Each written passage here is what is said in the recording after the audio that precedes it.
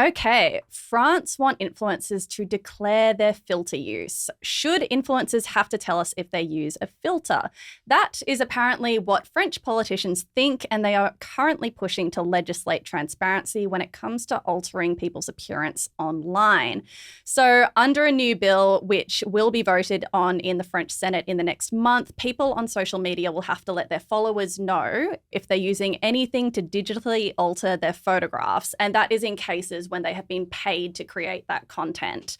So if influencers fail to declare their use of filters, they could be punished with 6 months in prison and a fine. 6 months in prison? That's a long time, actually. More than a lot of crimes.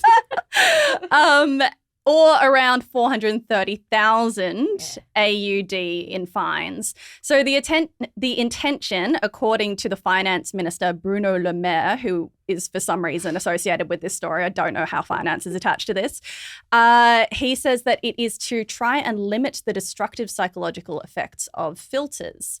So what do we think? Should this be a blanket rule everywhere? So it would kind of be like in the same way that if I'm being paid when I'm posting something on Instagram, I declare it. I would have to declare like this photo has been altered with this filter. Right. Okay. Claire, what do you think? My first instinct was hell yes. I love this unconditionally because it has gotten to the point where I look on Instagram and laugh out loud at the filters people are using and the fact that online I'm starting to not know what a face looks like. The filters, I look at people and it's like, that's not even a face. That's not real skin. That's not real features. And the normalization of it aggravates me so much. And I think it's really interesting that in France they're talking about it also being related to, advertising, because there was that story a couple of months ago of the influencer who used fake eyelashes with the mascara. That was my favorite. So on TikTok, she was advertising a mascara, and then you could clearly see that when she put on the mascara and you zoomed in, she had just attached fake eyelashes. Yeah.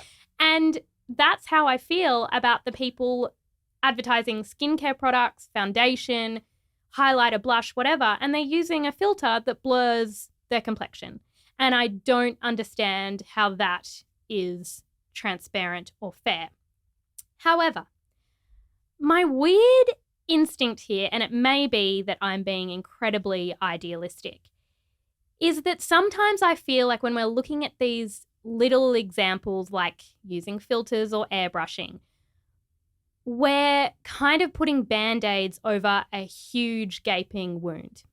And the gaping wound for me, and I felt it growing up, was why do women in particular value the way we look more than who we are as people? So you want to fix sexism before anything else? We're changing the world. Yes. I just think that's the issue, because I think about my feelings towards plastic surgery. I think about my feelings towards filters and airbrushing. And the reason I have such passionate feelings is because I hate it, but I value how I look. And if I didn't value how I looked that much and I had a better sense of self-worth, that stuff wouldn't bother me as much. It's the water we swim in, right? So it's so funny because I'll bring up my daughter again, but I remember a few years ago talking to her about, because obviously all through her, until she hit adolescence, she didn't give a shit about what she looked like and what she wore and, any of those things and fitting in.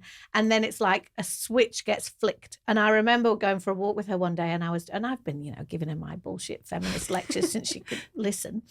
And I was like, it doesn't matter what you look like. And she was like, Mum, you have to stop saying that because it's not true.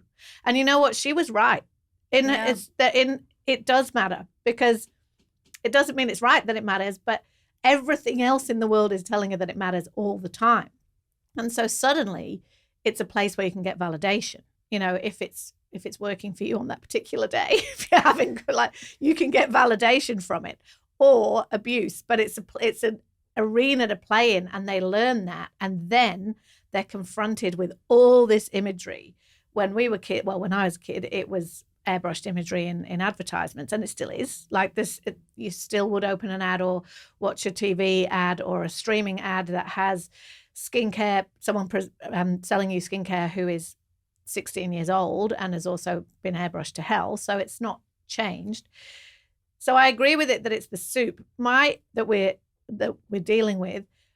But my other question about this is, we all know more and more all the time, and it's the subject of inquiries and court cases in the US, that tech companies who've invented this stuff are ruining everything. They're making everything worse. It's detrimental to the mental health of young people. It's changing our value system. It's disconnecting us all. Why are we yelling at the individual influencers and the individual women who have been influenced by the soup that we're swimming in, rather than the tech companies to go, you're not allowed to have filters on your platform? Yeah, I think it's ban the fucking filters. Yes, good point. I think it's zooming out. One thing you said there about I remember being a teenager and we'd learn about airbrushing, and I felt like yelling, it is not airbrushing on the front page of a magazine that's making me feel bad about myself. It is looking around and the conversations between teenage girls and the way I walk into a classroom and the teacher comments on the girl with the beautiful face. Like I don't know if it's kind of treating the symptom rather than the cause a little bit. But that is changing culturally, slowly. Like, in the same way we know we're supposed to eat vegetables, we know, for our health. I mean, for our health, let me be clear. We're supposed to eat vegetables for our health. Parents in particular and teachers know now that they're not supposed to comment on the way that little girls in particular look. They find it hard to do. But we all know that's what the script we're supposed to be following is. You're so beautiful. No, you're so kind. You're so smart. You're so generous. I would also say that, that was you when you were growing up, and that was me when I was growing up. But for, kids who grew up in the Instagram generation, true. who grew up into Snapchat, kids who are 12, 13 years old, they are just, suffering through this horrific little universe where they are seeing the payoff instantaneously for people who look better than they do. So I do think that it's amplified and as for well. themselves if they use the filters, right? Yeah. It's fighting against human nature as well as against the socialization that women have always been told that what they look like matters more than anything else. But it's fighting against human nature to go, when you put that filter on and you get all those likes and all those little fire emojis and all your friends going so hot, that's bad for you. Don't do that. They're like, what? That makes me feel great. And I think you're right that banning the filter feels a bit like banning women from wearing makeup. And it's like, well, hold on. Go back to why I wear makeup.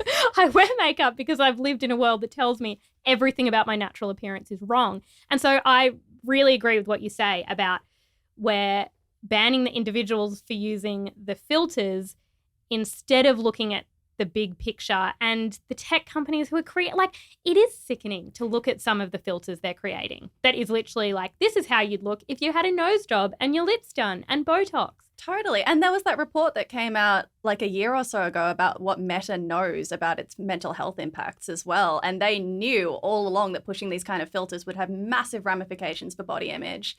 So, yeah, I do agree that there needs to be some responsibility with those tech companies. Exactly. I feel and I know this is a very optimistic view, and people say, and maybe it's not going to happen at all, but people say we're going to look at the unfettered use of this stuff in the same way we look at smoking, and we'll be like, oh, we didn't know it was so bad for us, but it was very bad for us. I noticed smoking is becoming cool again, though. Yeah, you're right. I like sunbathing. Yeah. So all that shit's coming. It's coming back, man. So our grandchildren will be using that face filter that makes you look like a cat.